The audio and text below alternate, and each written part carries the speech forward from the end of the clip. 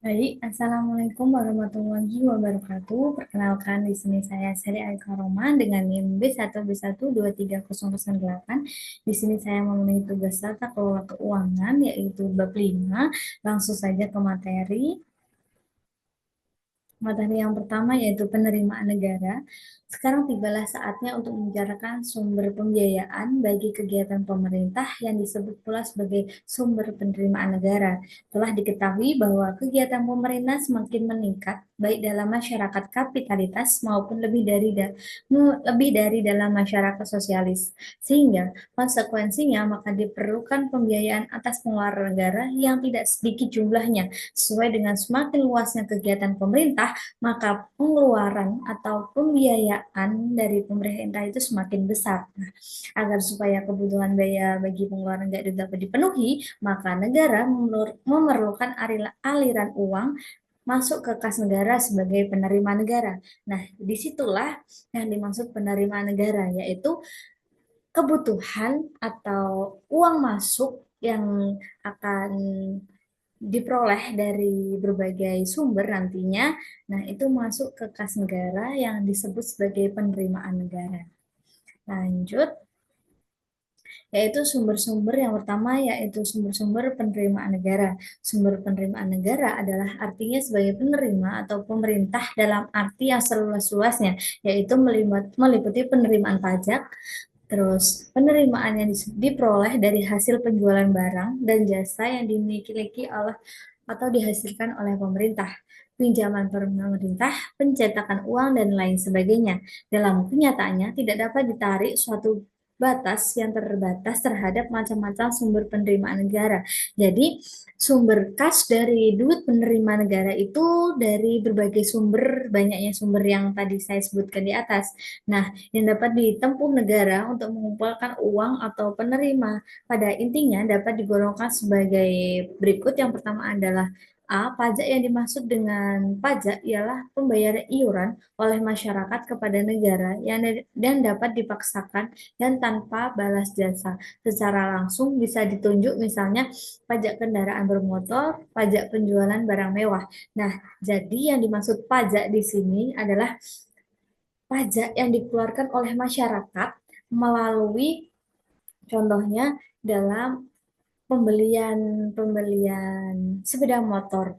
Nah, para konsumen itu membeli dan harus membayar pajak setiap tahunnya. Jadi, misal kita memberi motor, maka dalam jangka lama dan tidak ada batasnya, itu kita mengeluarkan duit untuk membayar pajak kendaraan itu setiap tahunnya.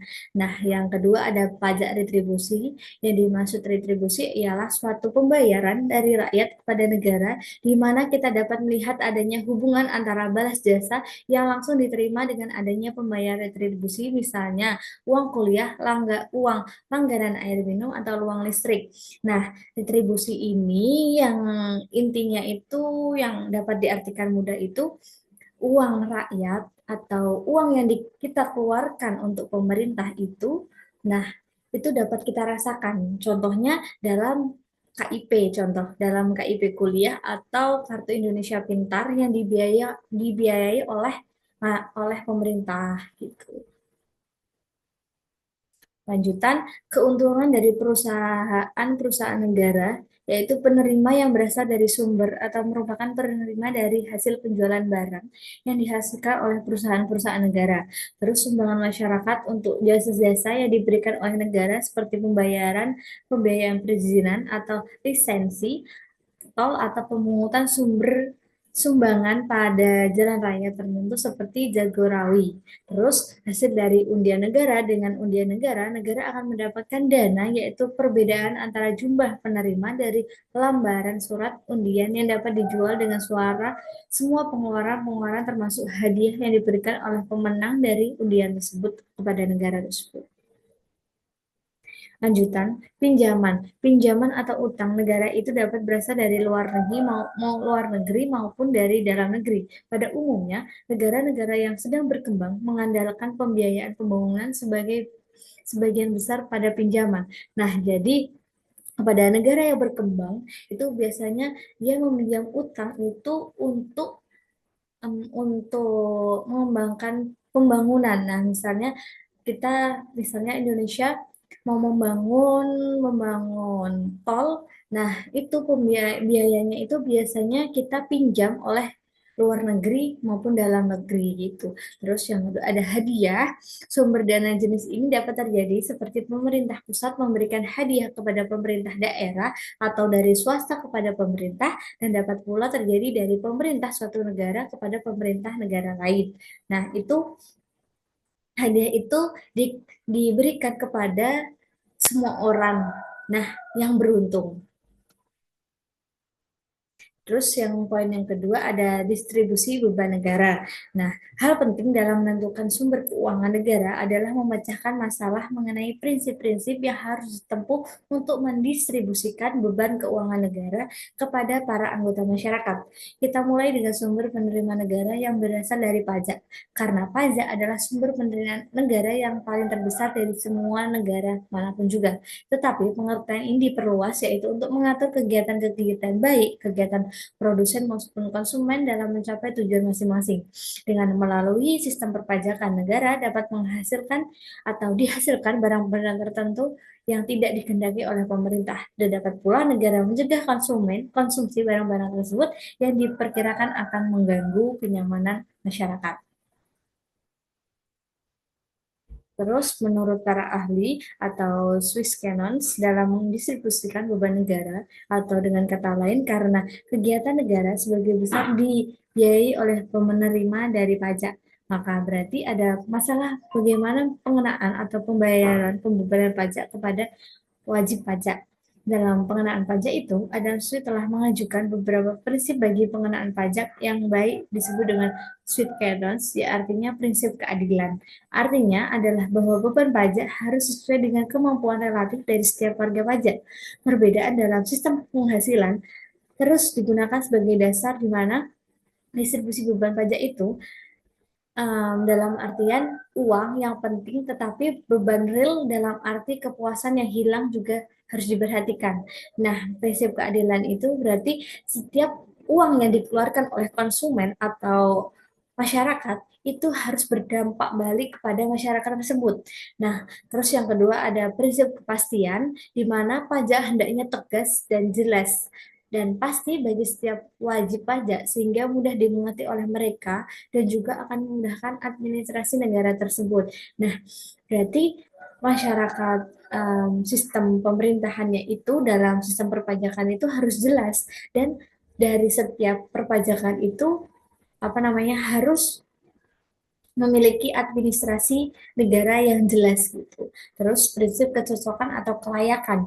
Pajak jangan sampai terlalu menekankan seorang wajib pajak sehingga wajib pajak akan dengan suka dan senang hati melakukan pembayar pajak kepada pemerintah.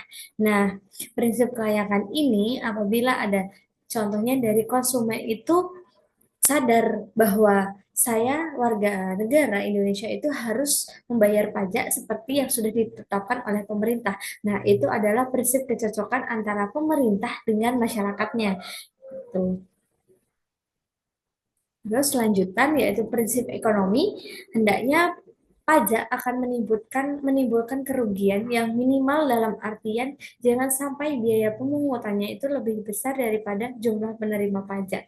Nah, misalnya pajak ini mengeluarkan disuruh membayar lebih besar dari jumlah yang sebelumnya. Nah, itu kan dapat menimbulkan kerugian bagi si konsumen atau si masyarakat tersebut. Nah, itu akan berdampak kepada ekonominya. Nah, nantinya dampak tersebut itu akan membuat masyarakat itu akan merasa terbebani dengan adanya pemungutan biaya itu yang lebih tinggi gitu. Terus yang kedua, di samping prinsip-prinsip di atas, yaitu guna menuju sistem perpajakan yang baik, ada pendekatan lain yang disebut dengan ability two-pay approach atau benefit approach. Benefit approach dengan kata lain adalah prinsip pengenaan pajak berdasarkan atas manfaat yang diterima oleh seorang wajib pajak atau masyarakat dari pembayar pajak itu kepada pemerintah. Hal ini seolah-olah disamakan dengan pembelian suatu barang atau jasa oleh seorang pembeli, yaitu bahwa harga yang harus dibayar dengan manfaat yang dinikmati oleh seorang pembeli atau barang atau jasa tersebut. Nah, benefit approach ini yaitu prinsip perpajakan yang harus ada manfaatnya bagi si pembeli. Nah, pajak ini harus menguntungkan bagi si pembeli. Misalnya barang yang dijual itu harus barang yang bagus gitu. Terus ability to pay approach sering pula disebut dengan prinsip kemauan untuk membayar atas berdasarkan daya pikul seorang yang wajib pajak. Nah, yang dimaksud bahwa seorang wajib pajak akan dikenai beban pajak sesuai dengan kemampuan untuk membayar pajak. Nah, benefit ini itu bertujuan juga tidak membebankan konsumen atau pemerintah itu dengan dengan harga barang yang tinggi. Nah, tidak.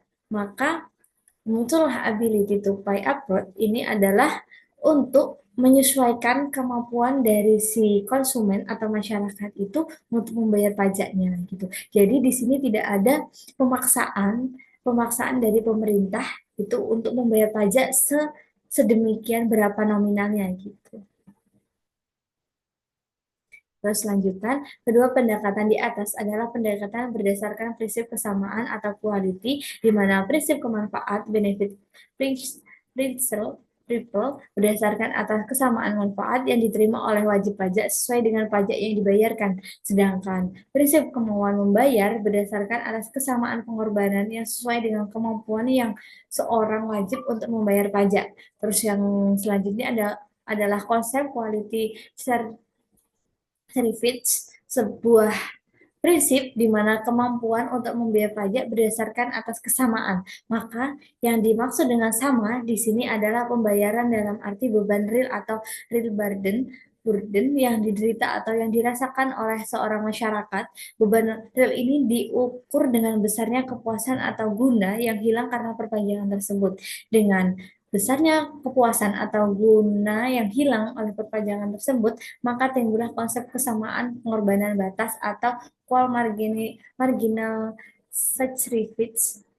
service untuk konsep kesamaan pengorbanan batas. Nah, konsep pengorbanan total yang minimum harus diketahui terlebih dahulu karena beberapa penerima pajak yang ditargetkan oleh pemerintah, apabila pajak itu lebih kecil dari perbedaan penghasilan, maka seluruh pajak itu dibebankan kepada pajak yang maksimal tinggi, sedangkan penghasilan rendah bebas dari pembayaran pajak. Nah, pemasukan pemerintah itu lebih besar itu dari sumbernya dari perpajakan. Nah, dari setiap masyarakat personal itu harus memiliki kesadaran dalam membayar pajak karena apabila kita membeli suatu produk dari pemerintah misalnya, itu memiliki pajak atau memiliki konsekuensinya. Jadi setiap kita itu harus mempunyai kesadaran untuk membayar pajak. Nah, terus yang ketiga ada sistem perpajakan dari politik pajak. Nah, sistem perpajakan dan politik pajak itu setiap pajak terdiri dari sasaran atau objek pajak dan tarif pajak. Objek pajak adalah segala sesuatu yang dapat dikenai pajak yang dapat berupa penghasilan, barang, kekayaan dari juga perpindahan hak milik atas barang. Adapun jumlah penerimaan pajak adalah sama dengan dasar pajak kali tarif pajak atau di mana T adalah penerima pajak, B adalah dasar pajak, dan R adalah tarif pajak. Berdasarkan atas beberapa pengertian di atas, maka dapat dikatakan bahwa pajak penghasilan dan pajak kekayaan biasanya lebih bersifat progresif dan pajak penjualan itu bersifat regresif. Hal ini disebabkan oleh usaha negara yang mengurangi kesan dalam distribusi penghasilan, sehingga sistem pajak yang progresif harus dapat diterapkan pada penghasilan sebagai objek pajak.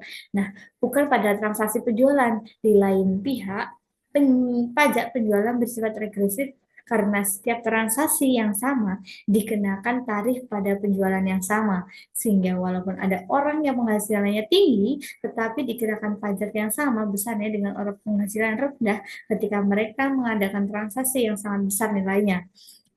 Tuh. Terus yang keempat ada pergeseran beban pajak. Masalah lain juga dapat menarik dalam pembicaraan mengenai sistem perpajakan karena bahwa seringkali terjadi suatu perpajakan yang dibayarkan oleh seorang wajib pajak bukan merupakan beban yang ditanggung oleh wajib pajak. Misalnya, kita mengeluarkan beban pajak atau kita mengeluarkan uang untuk membayar pajak itu, tetapi kita bukan bukan yang bertanggung jawab untuk membayar pajak tersebut, melainkan pihak lain yang menjadi pemikul beban tersebut. Dengan kata lain, wajib pajak itu tidak sama dengan pemikul beban pajak. Nah, pajak-pajak bebannya dapat digeserkan biasanya adalah pajak penjualan, cukai, pajak pertambahan nilai, dan sebagainya.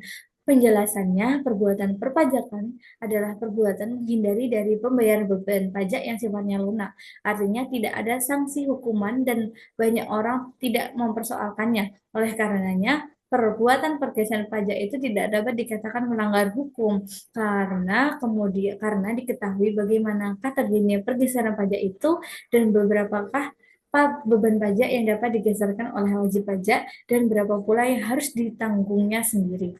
Dalam hal ini kita berhubungan dengan masalah shifting out of action atau pergeseran beban pajak atau black shaving, yaitu jumlah atau besaran pemungutan pajak. Kasus ini bergeseran Kasus ini penggeseran beban pajak ya ialah seandainya pajak itu dibebankan pada konsumen bahan mentah dan bukannya pada konsumen. Dalam hal ini diambil contoh produsen rokok membeli tembakau dari petani dan produsen rokok itu dalam hal ini bertindak sebagai konsumen produk atau pertanian tembakau dari para petani. Nah, mungkin itu saja yang bisa saya sampaikan materinya. Kurang dan lebihnya saya mohon maaf. Saya akhiri. Wassalamualaikum warahmatullahi wabarakatuh.